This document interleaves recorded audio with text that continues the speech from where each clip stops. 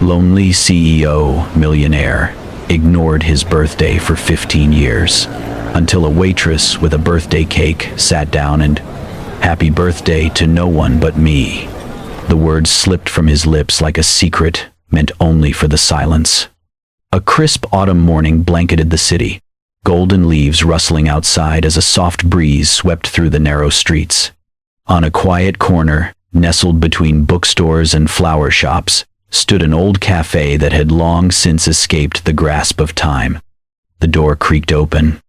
Lucas Brennan stepped inside, the warm scent of roasted coffee meeting him like an old memory.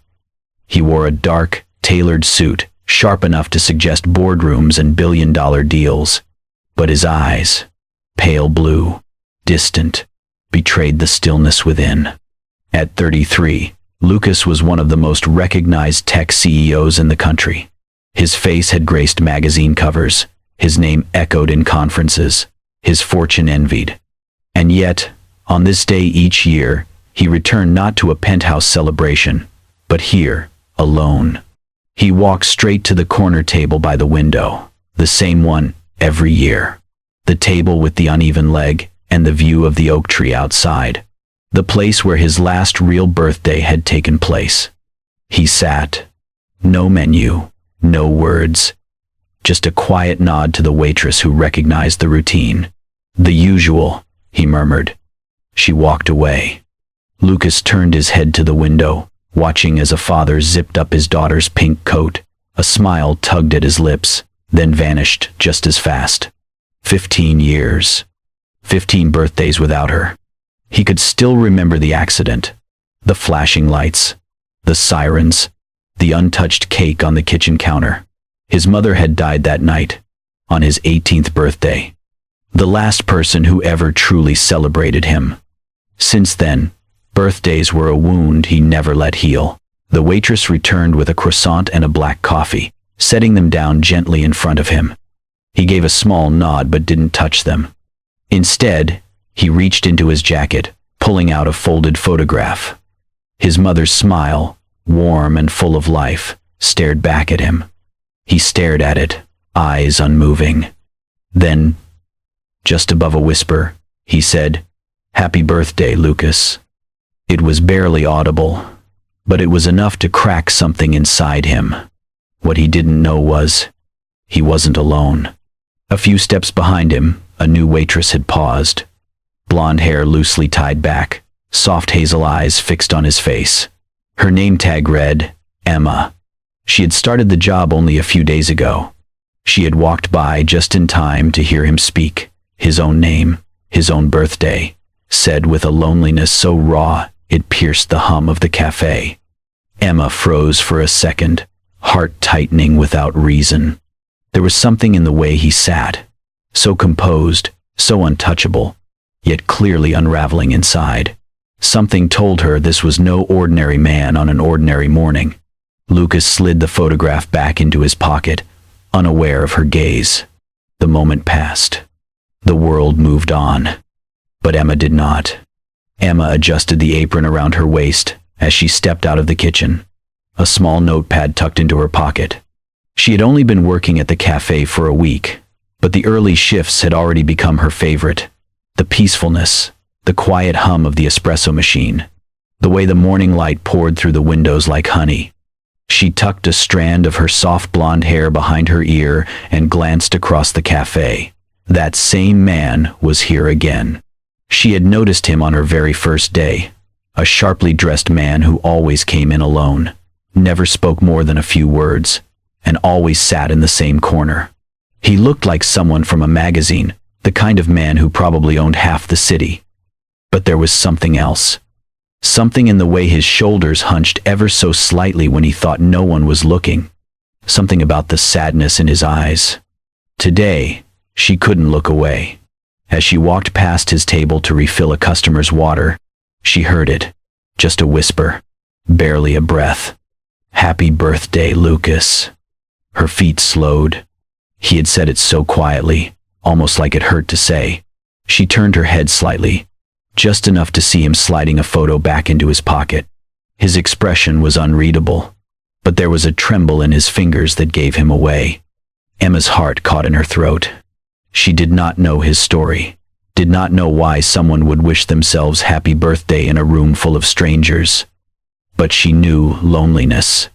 She had seen it in her grandmother's eyes after the heart attack, heard it in her little sister's voice when she asked why their mom never called anymore. And now she saw it in his silence. She hesitated for a moment, then turned toward the counter. A quiet idea began to form. From the display case, she selected a small vanilla cupcake with soft pink frosting. Simple. Sweet. She opened a drawer below the counter, rummaging until she found what she was looking for. A tiny white birthday candle. Emma lit it carefully, shielding the flame with her hand as she carried the plate back across the cafe. Her steps were slow, gentle, almost reverent. Lucas did not notice her until the plate was already in front of him. He looked up, brows slightly drawn in confusion. Emma smiled. Soft, calm, not too much. "We have a special program here," she said softly. "One candle for the memories we carry, and one wish for tomorrow." Lucas stared at the cupcake. The flickering flame cast tiny shadows against his coffee cup. "I hope you don't mind," she added, her voice barely above the hum of the cafe. "Sometimes, small things make a difference." She didn't wait for him to speak, just placed the plate down gently, then turned and walked away. Her hands trembled a little as she reached the counter again. What if she had overstepped? What if he hated attention? But something told her it wasn't about the cupcake. It was about not being invisible. Emma glanced back, just once, and saw him still staring at the candle, not moving, not speaking, just breathing. And for the first time, she hoped he would make a wish. Lucas stared at the cupcake as if it were something fragile and dangerous all at once. The tiny flame danced quietly atop the white candle, its light casting a soft glow over the pink frosting. It was so small, so simple, and yet it struck something deep in him that he had buried long ago. His breath caught, his throat tightened. He pressed his lips together, his jaw clenched hard as though trying to lock the emotion inside. His hand twitched slightly on the table, fingers curling inwards as if resisting the urge to reach for the plate. Then, with no warning, he stood up. His chair scraped sharply against the floor. Without a word, he turned and walked out of the cafe, the bell above the door chiming softly behind him. He did not look back. Emma froze behind the counter. She had seen the flicker in his eyes, the crack in the armor, and then the exit. Just like that. Did I cross a line? Her heart sank. Her fingers tightened around the edge of the register. She hadn't meant to embarrass him. She hadn't done it for thanks. She had only wanted to offer something kind, something small, something warm on what seemed like a cold, lonely day. And yet, he left. Emma took a deep breath and exhaled slowly. No tears, no regret, just a quiet understanding. Everyone has a story, she whispered to herself. Maybe today wasn't the day for him to share it. Still, something compelled her to write. She tore a small piece of paper from her notepad and scribbled down a note. She folded it neatly and placed it beside the untouched cupcake on the table. "I'm sorry if I did something wrong. I just wanted to offer a little warmth. Happy birthday." Outside, Lucas stood just around the corner of the cafe, his hands braced against the brick wall as he drew in a shaky breath. The cold autumn air wrapped around him like a veil, but it could not cool the burn in his chest. He had not expected the candle, had not expected her words, and he definitely had not expected the way it had shaken something loose, something he had spent 15 years trying to bury beneath layers of wealth, power, and silence. As he tried to steady himself, a quiet sound drew his attention. He turned his head slightly. Across the street, near a bench, he saw her. Emma. She was kneeling on the sidewalk, her apron still tied around her waist. In front of her was a little girl, no older than 6, wearing a torn pink dress and clutching her stomach with one arm. The girl looked scared, hungry, and tired. Emma handed her a small to-go box of food, her expression tender. She gently brushed a strand of hair from the girl's tear-streaked face, then cupped her cheek with a bare hand. Lucas froze.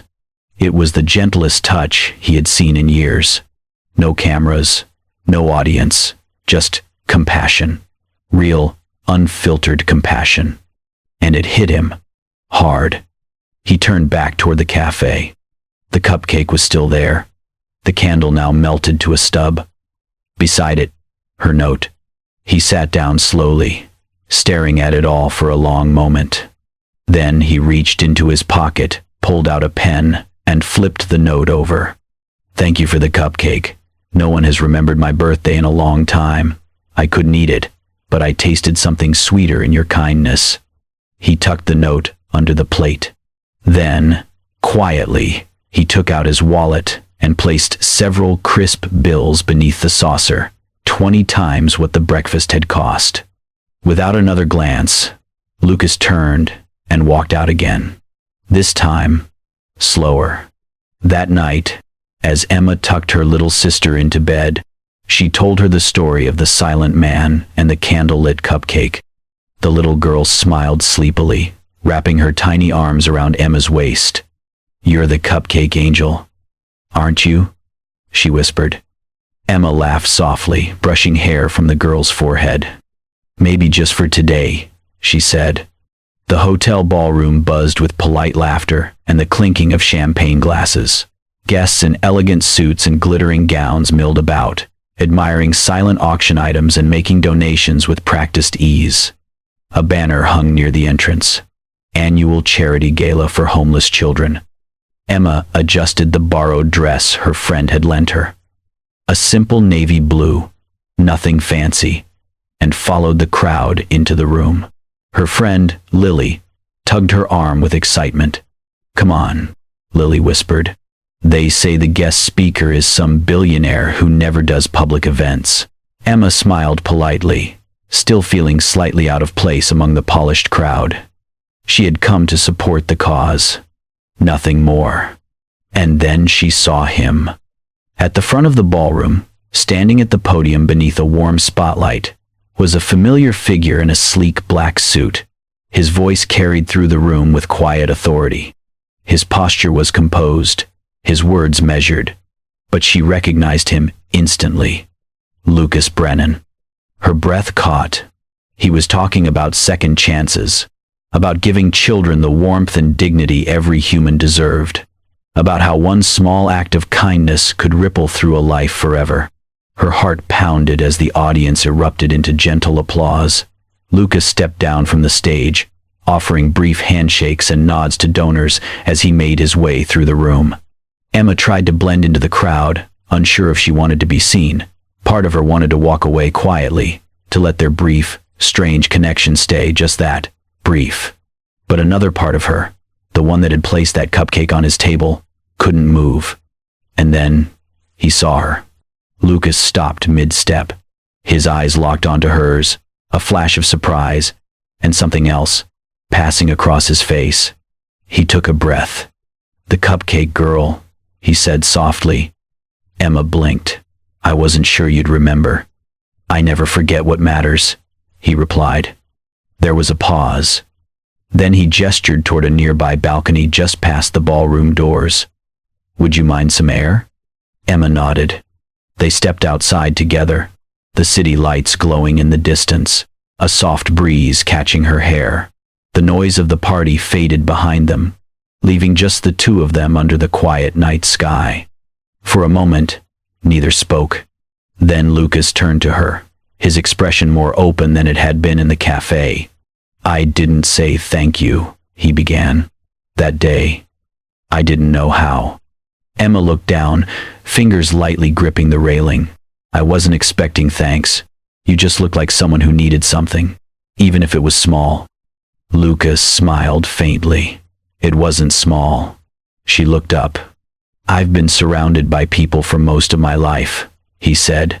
"Employees, partners, press. But no one ever looked at me like I was human. Not until you." He paused, voice lower now. "That cupcake?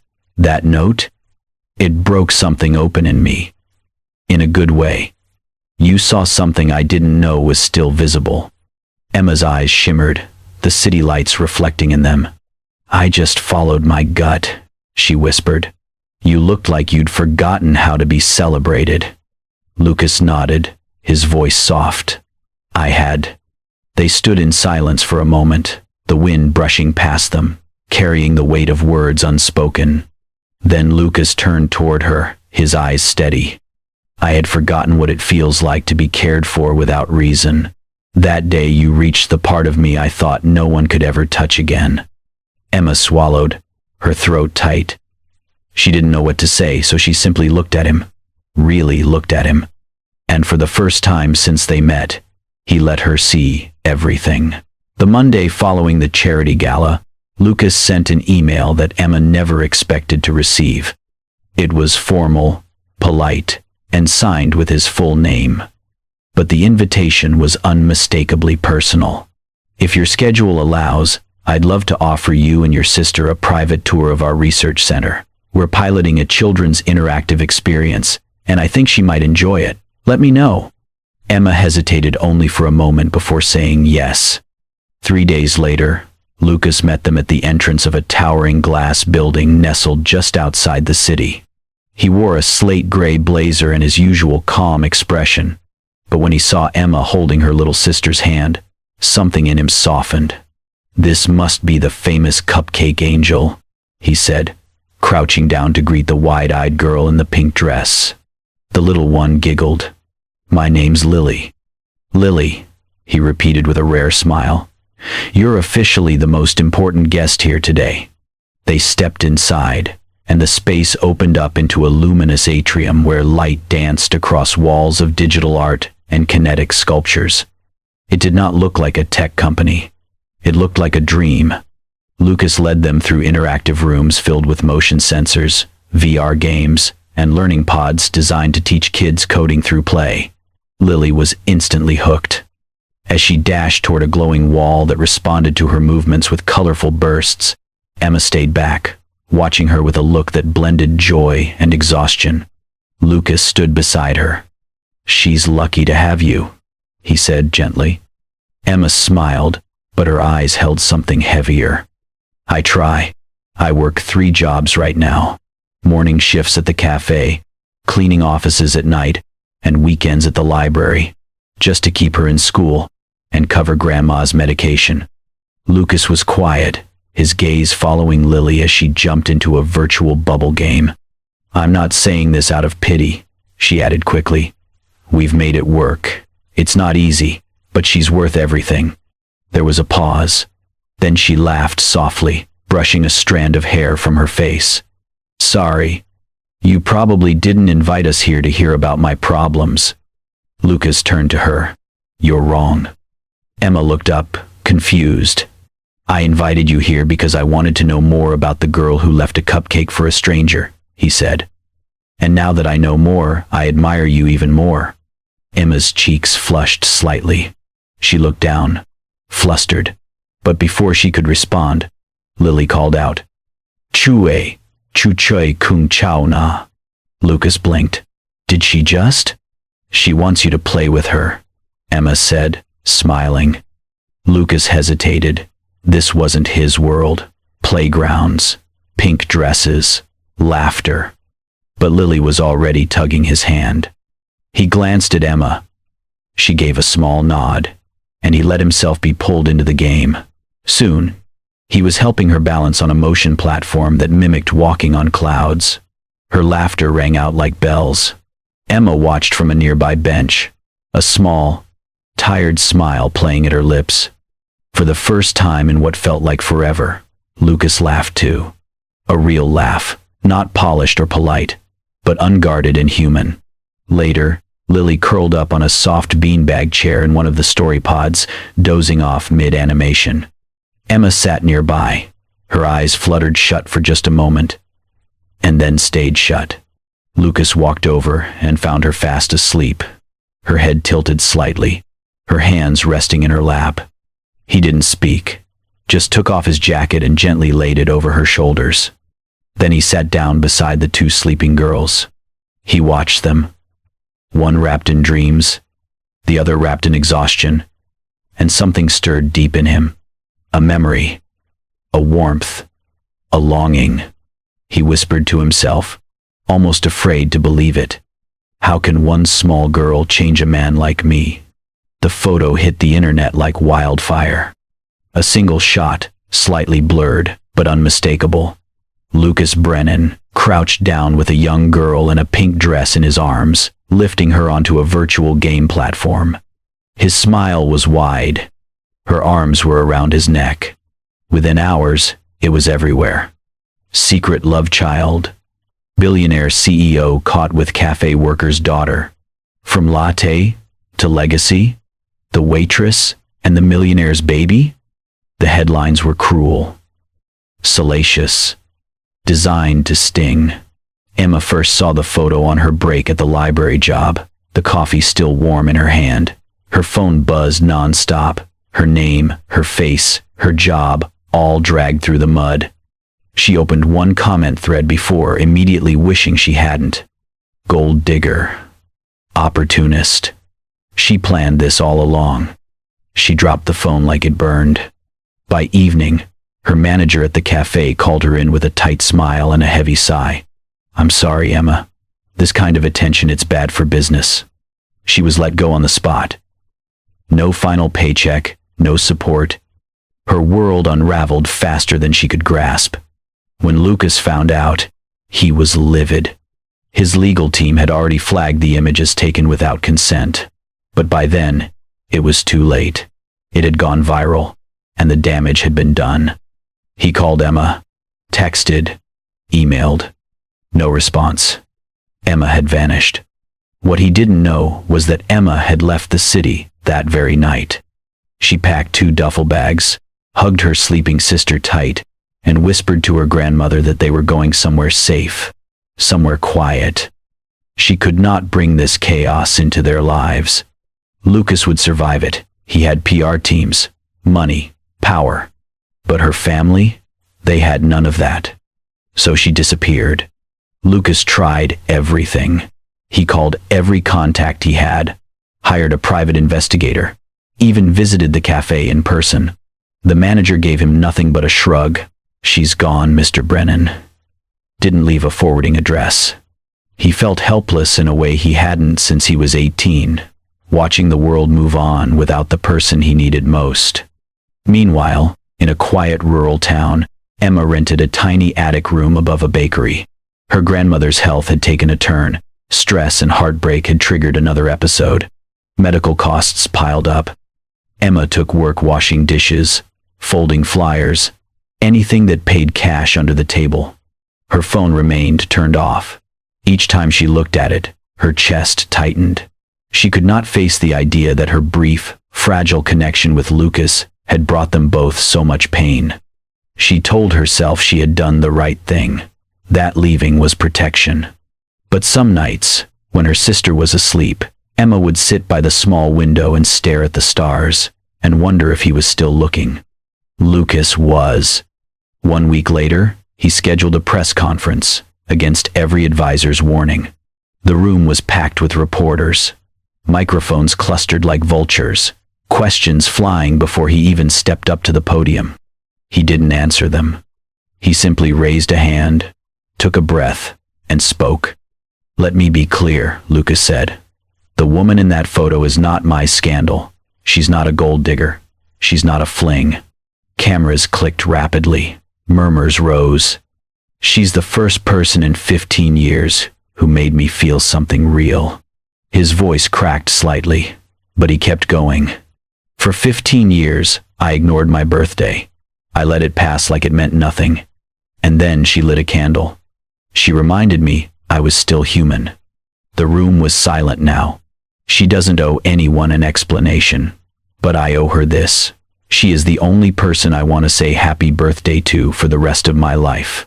Flashes erupted. Reporters shouted questions. But Lucas stepped down, walked off stage, and left the chaos behind.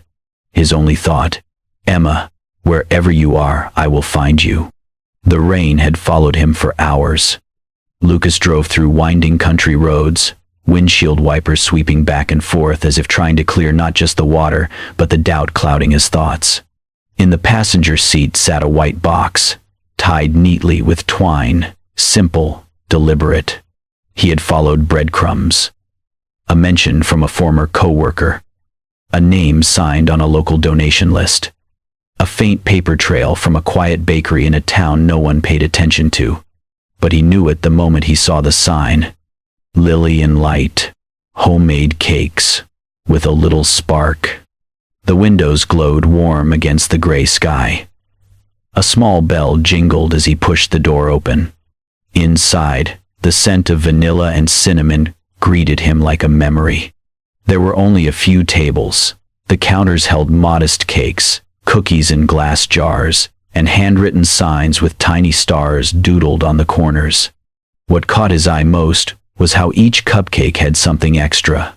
A tiny candle, or a paper note that read things like, "You matter," or "One wish at a time," just like the cupcake she once left for him.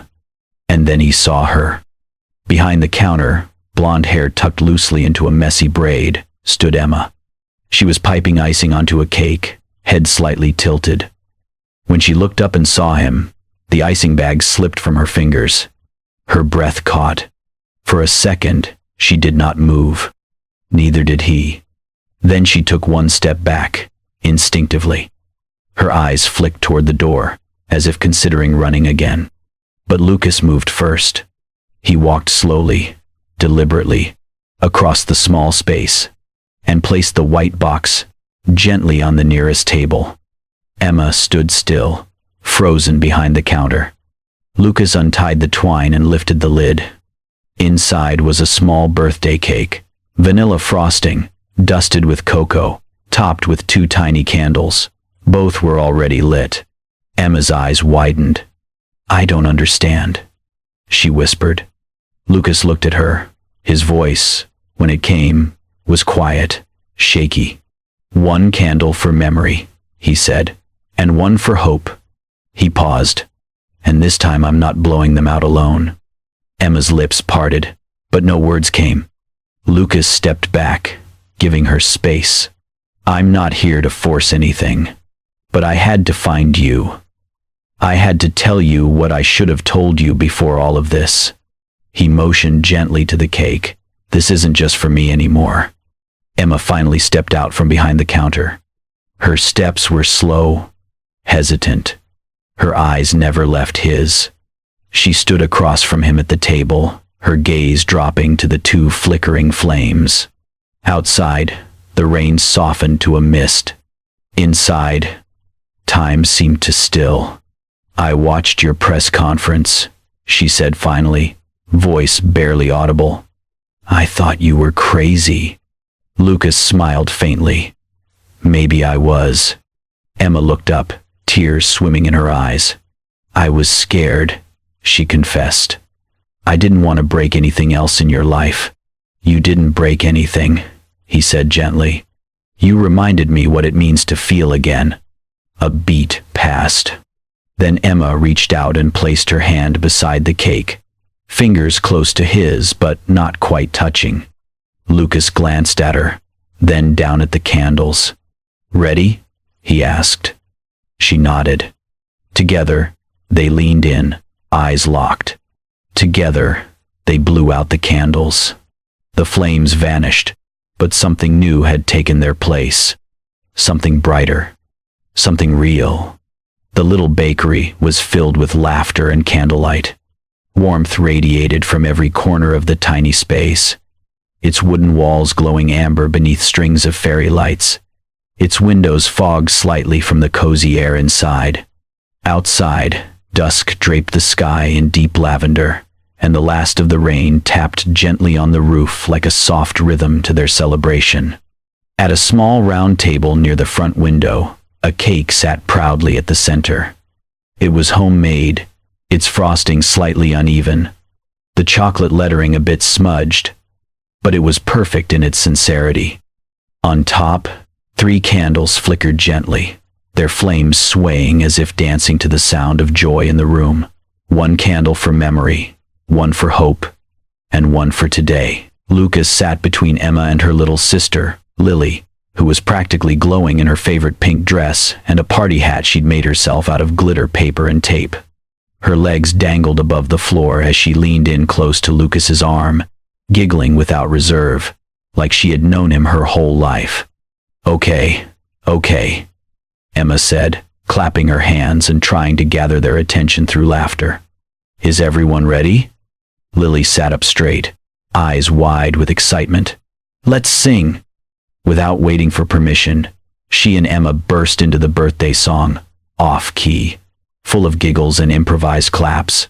Lucas chuckled, shaking his head. But this time, he didn't shy away. He let the moment soak into him, let the song wrap around his heart like a long-lost melody. When the final note echoed off the bakery's walls, Lily leaned over and whispered into Emma's ear. Only it wasn't quite a whisper. Hey sis, he's your birthday angel. Emma's eyebrows rose in surprise, her face turning crimson as she stifled a laugh. Lucas raised a curious brow. What did she say? Emma tucked a loose strand of hair behind her ear and gave him a soft smile. She thinks you're my birthday angel. Lucas blinked, clearly caught off guard, but then he laughed. Not a polished, polite laugh, but a real one. Oh, really? Lily, delighted, stood on her tiptoes, stretching her arms toward him. Because you made her smile again. And now we get cake. Lucas scooped her up with ease, spinning her once before settling her on his lap, her laughter lighting up the whole room. Well then, he said, glancing from Lily to Emma with a glint in his eye. This birthday angel has a new rule. Emma leaned forward, teasing. Oh yeah? What's the rule? No more lonely birthdays, he said softly. His voice dipped into something almost reverent. Ever again. Lily clapped with both hands. Yay! Group birthdays forever. They laughed together, not because something was funny, but because they could, because it felt safe, like breathing after holding it for too long. Outside, the clouds had cleared. The street lamps glowed.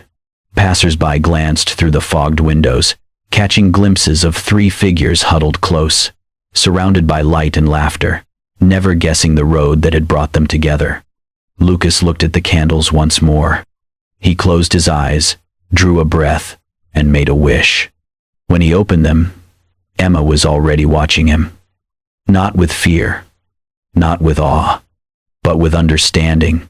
He reached across the table, gently, and she met his hand with hers, no hesitation. The camera pulls back slowly. Inside, a table with 3 souls and 1 imperfect cake. Outside, a quiet world that somehow felt just a little warmer. A new tradition had been born. And as the screen began to fade, Lucas's voice echoed softly, filled with a peace that had taken 15 years to find. Happy birthday to us. Thank you for watching this heartwarming journey of healing, hope, and unexpected love. If this story touched your heart, imagine what more kindness can do in the world. At Kindness and Love Tales, we bring you emotional stories that remind us all, love knows no boundaries, and even the smallest act of kindness can change a life. Don't forget to like, comment, and subscribe to our channel for more touching stories like this. Click the bell so you never miss a tale that could warm your heart or inspire your soul. Because kindness is the richest love story of all.